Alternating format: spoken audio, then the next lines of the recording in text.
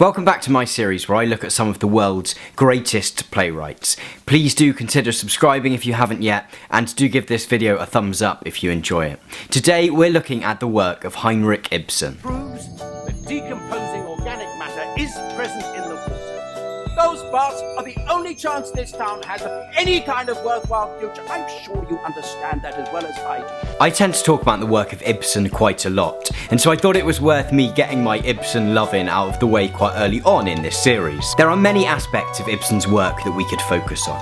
We could look at his use of architecture and landscape as semiotic systems. We could look at his development from writing in poetry to writing in prose. What I'd like to focus on today, however, is his development of the problem play. The problem play, typified by perhaps his most famous works, A Doll's House and An Enemy of the People, takes as its subject a contemporary issue and explores it throughout the play. In the former example, Ibsen explores the differences in social consideration given to men and to women. In the latter example, the collision of scientific fact and popular opinion. John McGrath rightly criticises this work and that of Ibsen's European contemporaries for being too focused on the ins and outs of middle-class life. This is a fair criticism, but it is not a construction of Ibsen's or Strindberg's or Shaw's, but is in fact something which they inherit from Western liberalism as a whole. Therefore, I don't think we can place the blame for this entirely at their feet.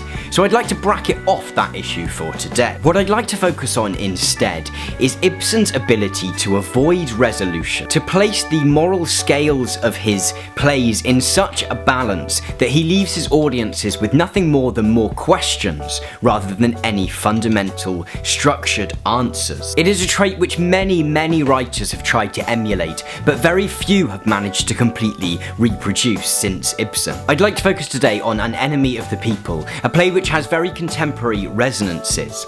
We've heard the phrase itself invoked on both sides of the Atlantic to refer to both the press and the legal system, and therefore I think it's worth examining today. A quick overview then. Dr. Stockman is a medical doctor and scientist who, much like many other Ibsen characters, seems to also write for the local newspaper. At the opening of the play, he has just discovered that the pipes which run water to the local baths have just been contaminated and thus must be relayed. The local newspaper, for which Dr. Stockman occasionally writes, is keen to use this particular expose as the starting point for a wider expose of corruption in the local government. The mayor, who also happens to be Dr. Stockman's brother, is then very keen to see this article doesn't see the light of day. The main problem is the fact that the economy of the town in which they live very much relies on these baths. To expose this contamination then would be to put the town's entire economy in jeopardy. At the midpoint of the play, the newspaper editors have a change of heart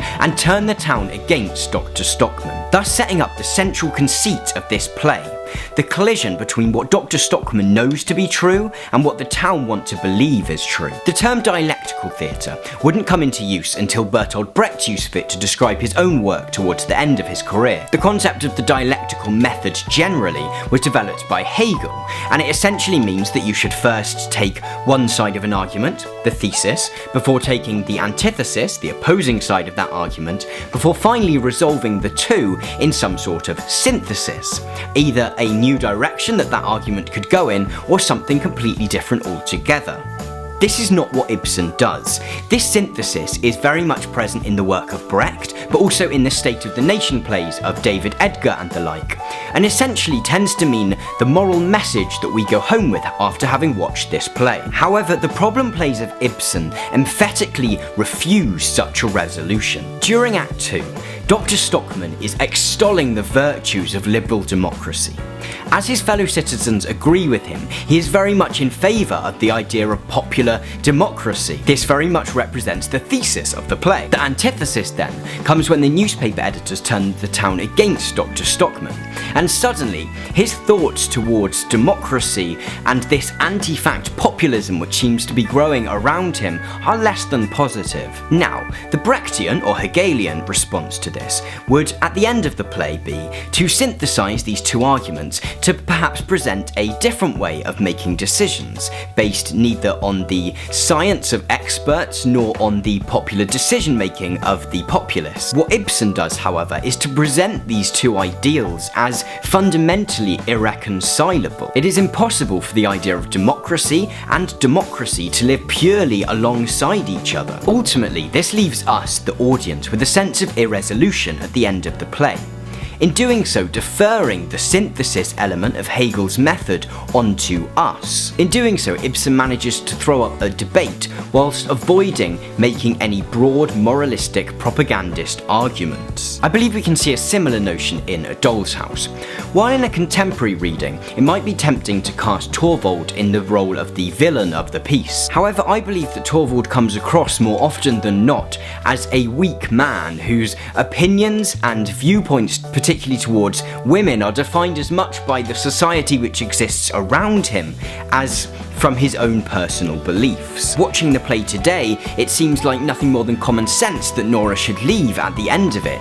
Yet I think with only applying the very minor bit of moral relativism, we can see why the play might have been more controversial back in the late 19th century. In both these plays then, Ibsen sheds light on a very contemporary issue at his time, both of which happen to be quite contemporary now too, without forcing the point of view of his own upon us. It's something that many writers of all forms have tried to replicate since, but which very few have truly succeeded in. And certainly something that I think we could all take a slice of advice from in writing our own works. Thank you very much for watching this video. If you've enjoyed, please give it a thumbs up or leave me a comment in the comments. It's always lovely to hear feedback, either about stuff you really liked about it or perhaps some stuff that you thought could have been slightly better. If you haven't yet, then please do subscribe. That'd be great, and then you'll get a little notification through when I upload the next one. But have a great week. Thank you very much.